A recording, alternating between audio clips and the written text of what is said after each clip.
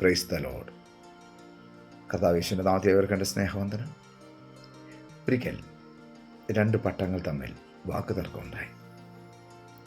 ഒരു വാക്കുതർക്കം ഇതാണ് കാരണം.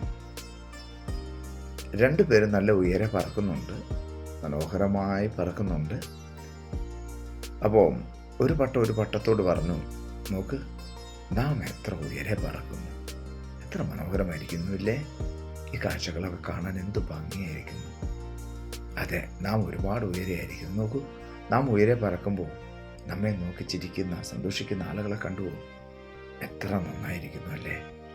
അപ്പം മറ്റേ പട്ടം പറഞ്ഞത് ശരിയാ, നാം ഉയരെ പറക്കുന്നത് വളരെ സന്തോഷമായിരിക്കുന്ന കാര്യം തന്നെയാണ്.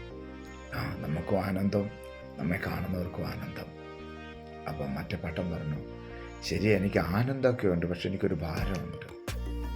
അതെന്താണ്? മറ്റേ പട്ടം ചോദിച്ചു. അത് വേറൊന്നുമല്ല, ഈ മനുഷ്യർ നമ്മളെ നിയന്ത്രിക്കുന്ന, നമ്മുടെ ഈ ചരടിനെ നിയന്ത്രിക്കുന്ന ഈ മനുഷ്യർ ഇല്ലായിരുന്നുവെങ്കിൽ നമുക്ക് ഇനിയും ഉയരെ പറക്കാമായിരുന്നു. അപ്പം മറ്റേ പട്ടം പറഞ്ഞല്ല, ആ മനുഷ്യർ ഉള്ളതാണ് നാം ഈ ഉയരെ പറക്കാനുള്ള കാരണം. അതങ്ങനെയാണ്. അവർ നമ്മെ നിയന്ത്രിക്കുന്ന കണ്ടില്ലയോ? അവർ നമ്മളൊരു ലിമിറ്റ് വിട്ട്, ഒരു പരിധി വിട്ട് ഉയരെ പോകാൻ സമ്മതിക്കാത്തവണ്ണം പിടിച്ചു വെക്കുന്നത് കണ്ടില്ലയോ? പട്ടം പറഞ്ഞ അങ്ങനെയല്ല.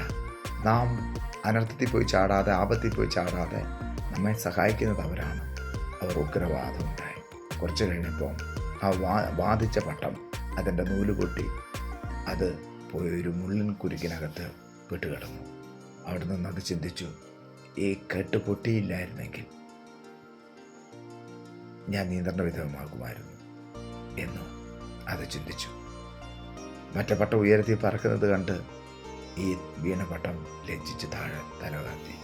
പ്രിയരെ, നാം ശ്രദ്ധിക്കേണ്ട ഒരു കാര്യം, നമ്മുടെ വീട്ടിൽ നമ്മെ നിയന്ത്രിക്കുന്ന പിതാവ്, മാതാവ്, സഭയിലെ പാസ്റ്റർ ഒക്കെ നമ്മെ നിയന്ത്രിക്കുമ്പോൾ, പറഞ്ഞു തരുമ്പോൾ ഒരു പക്ഷെ നമുക്ക് തോന്നും നമ്മെ ഒരു പരിധി വിട്ട് ഉയരാൻ സമ്മതിക്കില്ല എന്ന്.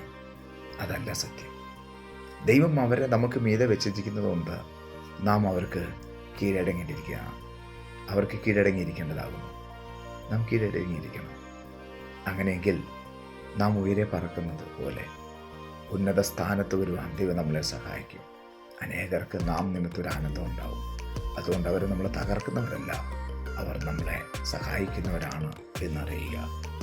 ദൈവം എല്ലാവരെയും അനുഗ്രഹിക്കട്ടെ.